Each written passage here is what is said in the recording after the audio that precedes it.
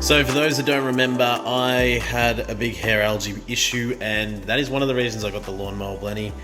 I also spoke with our friend Sam Parker over at Parker's Reef, who is absolutely killing it on YouTube right now. So well done, Sam.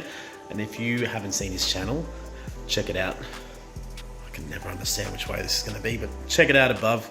And he told me, get a couple of these test kits. You've just been testing the normal things that you would normally test for a freshwater tank, but I need to be on top of some other things. So I finally got a refractometer. I've been using a hydrometer the whole time, which is not really the best idea. So I'll be doing a test on this. I'll let you know how that comes back. It's a cool little kit. Not too bad. Got that from the guys down at Williamstown Aquarium, and a calibration solution so that we can do lots of testing. These were some of the things that were sort of pointed out that you need to check for our KH, or alkalinity, as well as phosphate. So I now will be able to sort of understand why things like that are happening in my tank. A bit hard to see, but you can see the coral is dying off and we want to try and save it. So it's tricky because things like the anemone is thriving. It's split off into two, and I'm pretty sure this is going to split off into a third as well. The zoas are doing well. So it's one of those things where I've just got to try and get the balance right in this tank. Hopefully this little dude is doing all right. Will help us out with the remaining hair algae. Oh, that's really blurry. The remaining hair algae down the bottom.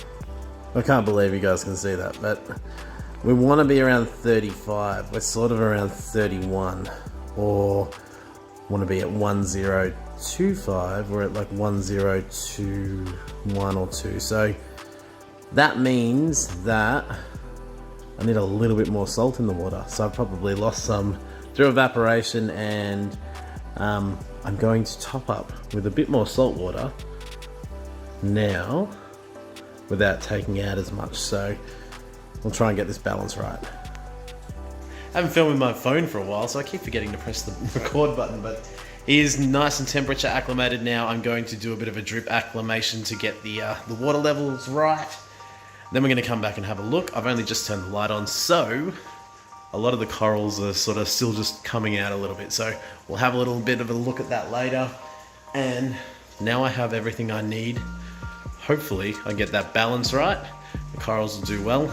I'm not worried about the fish. The fish are doing really well. So it's just a couple of the corals. Not even all the corals are really freaking out. It's just a couple. But I want the tank looking better, and I want it to thrive, not just survive.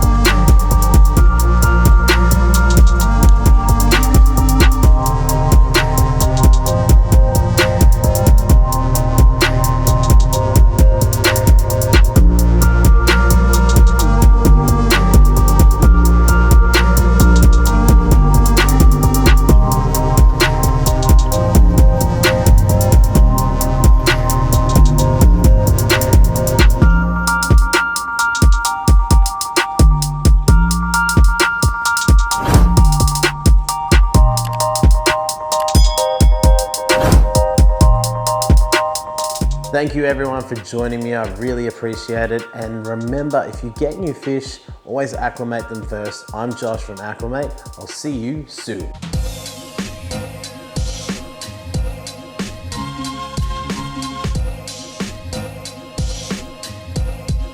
What a wonderful world.